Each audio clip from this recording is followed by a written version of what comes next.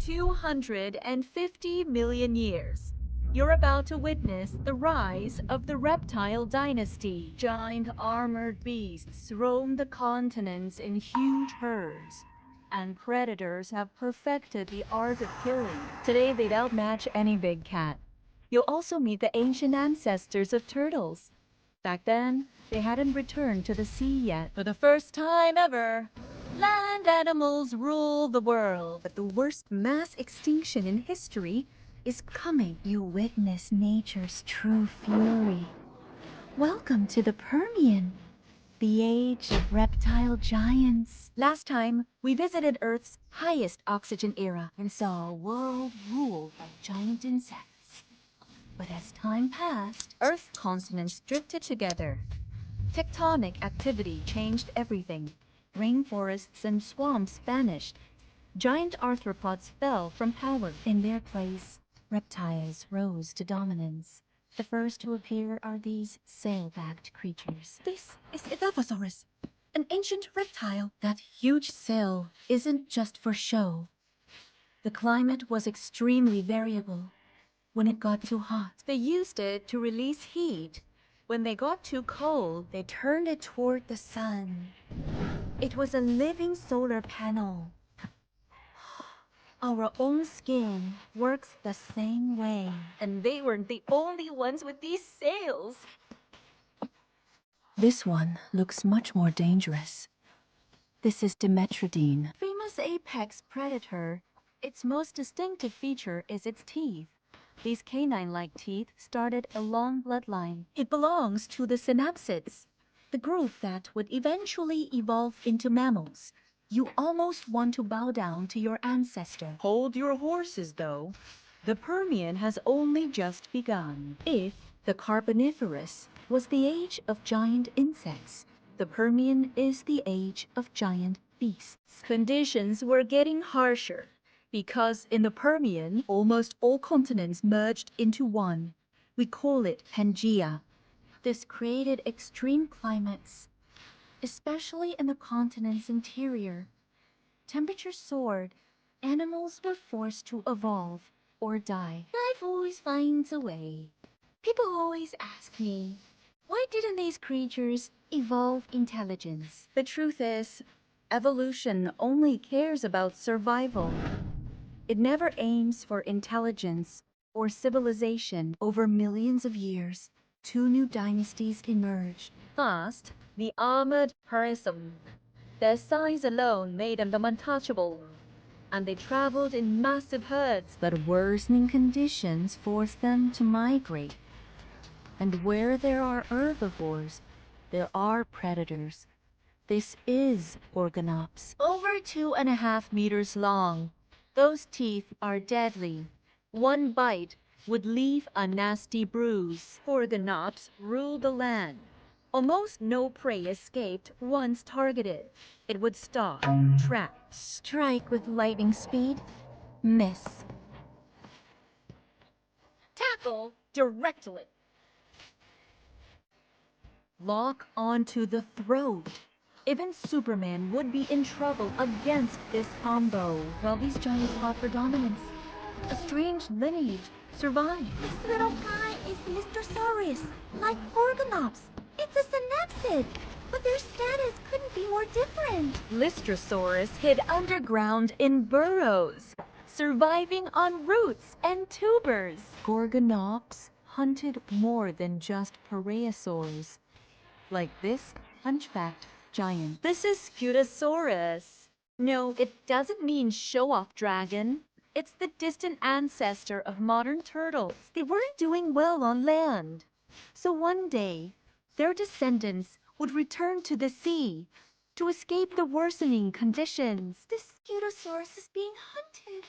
It runs for its life. But the best hunters Strike when their prey is weakest. When the Scutosaurus is completely exhausted, a Gorgonops bursts out. One blow seriously injures it. The prey runs on instinct. But the Gorgonops doesn't hurry. It follows slowly behind, waiting for it to bleed out, then delivers the final blow. You're shocked by Gorgonops' power. But soon you'll see the hunter become the hunted. After eating its fill, the Gorgonops heads to a waterhole. Nothing beats a drink after a meal. It lowers its head to drink, and disaster strikes. That's not a crocodile.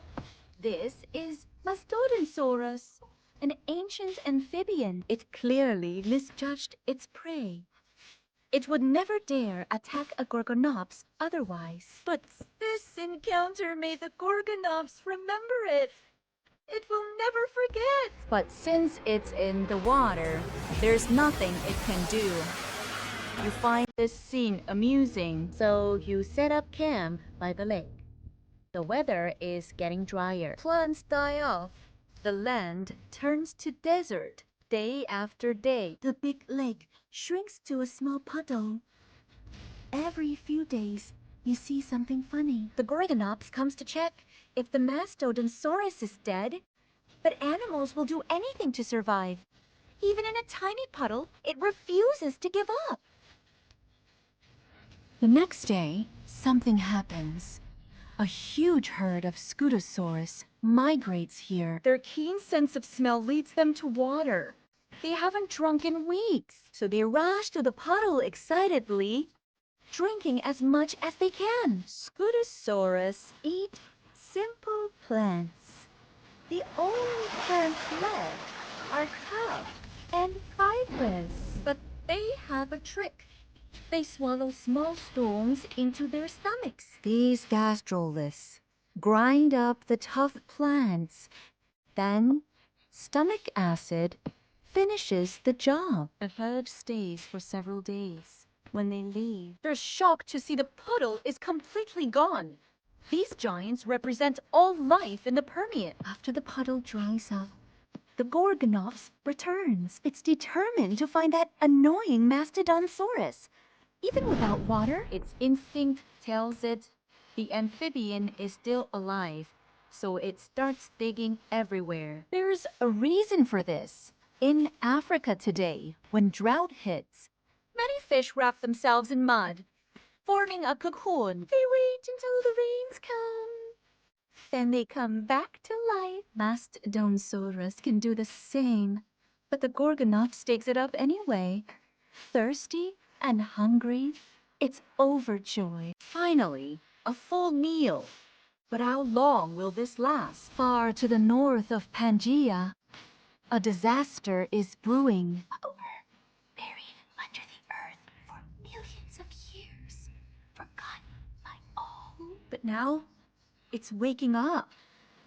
Beneath peaceful surface, magma churns violently, searching for a weakness. Then it erupts completely, like a line of dominoes. Once it starts, there's no stopping it. The Permian catastrophe has begun. Tectonic activity triggers a chain reaction, growing larger and larger. You've never seen such a terrible disaster. Fiery red death takes countless lives. The disaster rages for nearly 100,000 years. The destruction is unprecedented. Millions of square kilometers that were once teeming with life are now destroyed by the Earth itself. The entire planet becomes a living hell. This is Earth's third mass extinction, and the worst one ever. And the lava was just the beginning. Poisonous gases are far more dangerous than lava.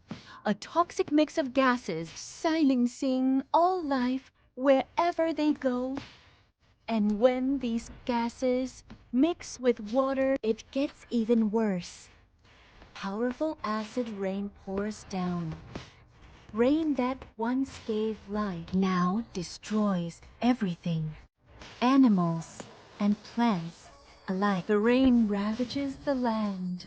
Countless plants wither and die. Without roots to hold the soil, floods wash away entire ecosystems. The earth becomes more and more desolate. But it's not over yet. There's an even more destructive, invisible killer in the air. Carbon dioxide. Volcanoes released 6 times more CO2 than is in our atmosphere today. Greenhouse gases raised global temperatures by 10 degrees. And even worse droughts followed. The Earth is unrecognizable now. Disasters are everywhere. Nature's power sweeps across the land. Earthquakes, wildfires, sandstorms. Even the oceans aren't safe. As oceans warm and acidify, oxygen levels plummet again. The ocean that gave birth to life now becomes a barren graveyard. This third mass extinction is known as the Permian Triassic extinction event, the most devastating extinction in history. 95% of all life died. The tree of life was almost completely broken. This is the closest Earth has ever come to losing all life. But there's always a glimmer of hope. Almost all species are gone, but a tiny few survived. Like those little creatures that hid underground. Now they're the only survivors of the old world. And nature has no other choice. A new chosen one will rise and create the greatest miracle in biology. The Permian is buried. Now, let's step into the next new era.